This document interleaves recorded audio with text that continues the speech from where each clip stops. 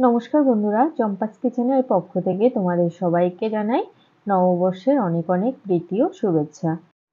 নববর্ষ স্পেশাল আজকের রেসিপি হচ্ছে শোল মাছের ঝোল।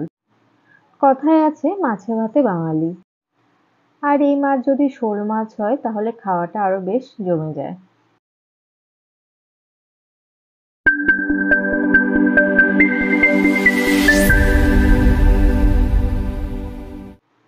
রান্না শুরুর আগেই গ্যাস জ্বালিয়ে একটা কড়াই গরমে বসিয়ে দিলাম। কড়াইটাকে ভালো করে গরম করে দিচ্ছি 3 টেবিল স্পুন সর্ষের তেল। তেলটাকে ধোঁয়া ওঠা অব্দি গরম করতে হবে। তেল থেকে দেখো ধোঁয়া উঠতে শুরু হয়ে গেছে। এবারে গ্যাসের আঁচটা একদম লোতে করে দিয়েছি।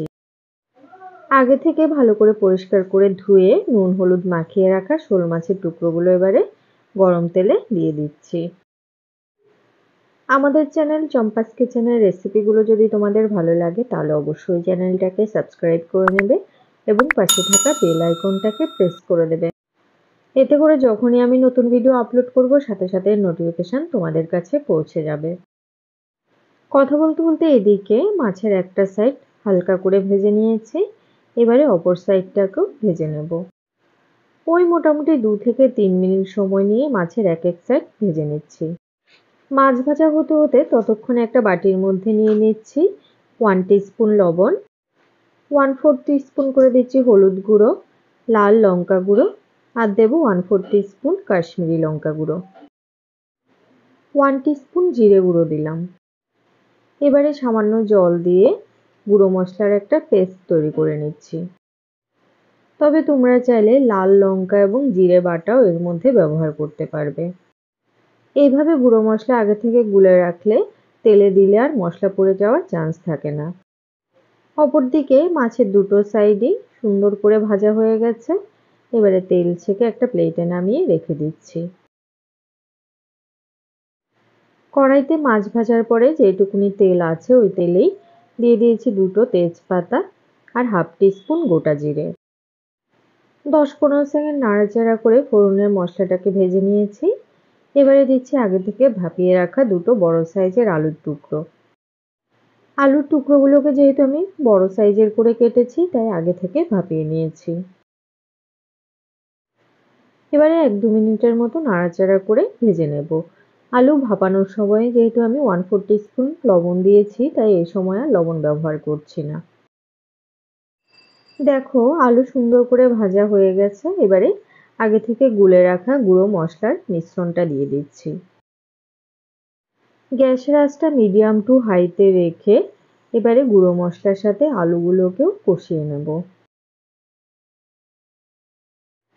প্রচণ্ড গরমে শরীর স্বাস্থ্য ভালো রাখতে হালকা পাতলা জ্যান্ত জিওল মাছের ঝোল খাওয়া কিন্তু আমাদের সকলেরই দরকার।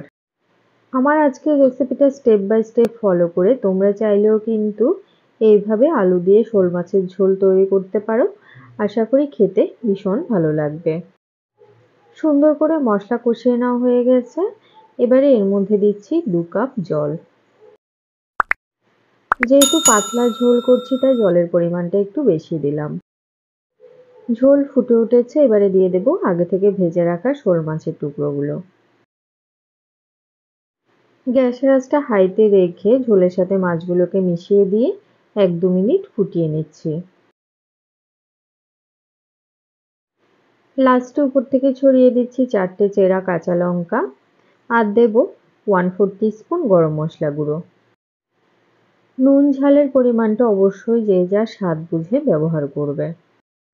তবে এর মধ্যে কেউ যদি মিষ্টি খেতে পছন্দ করো সেই ক্ষেত্রে সামান্য চিনি কিন্তু ব্যবহার করতে পারবে। সবকিছু ভালো করে মিশিয়ে নিয়েছি। গ্যাসের আঁচটা লোতে করে দিয়ে 5 মিনিটের জন্য ঢেকে দিলাম। আলু যেহেতু আগে থেকে ভাপিয়ে ভেজে নিয়েছি তাই রান্নাটা হতে খুব একটা বেশি সময় লাগেনি। এরই মধ্যেই দেখো ঝোলের উপরে খুব সুন্দর করে তেল ভেসে উঠেছে আর আলু ভালোভাবে সেদ্ধ হয়ে গেছে। সমস্ত মশলার ফ্লেভারও মাছের ভেতরে ঢুকে গেছে। এই সময় গ্যাসের আঁচটা অফ করে দিচ্ছি। আলু দিয়ে শোল মাছের ঝোল গরম ভাতের সাথে পরিবেশন করার জন্য একদম রেডি। তো বন্ধুরা, আজকের রেসিপিটা কেমন লাগলো অবশ্যই কমেন্ট করে জানাবে। ভালো লাগলে লাইক করবে আর তোমার বন্ধুদের সাথে ভিডিওটাকে শেয়ার করতে কিন্তু একদম ভুলবে না। এতক্ষণ আমার পাশে থেকে ভিডিওটা দেখার জন্য অনেক অনেক ধন্যবাদ। ভালো থাকবে, সুস্থ থাকবে। পরের ভিডিওতে আবার দেখা হবে। বাই।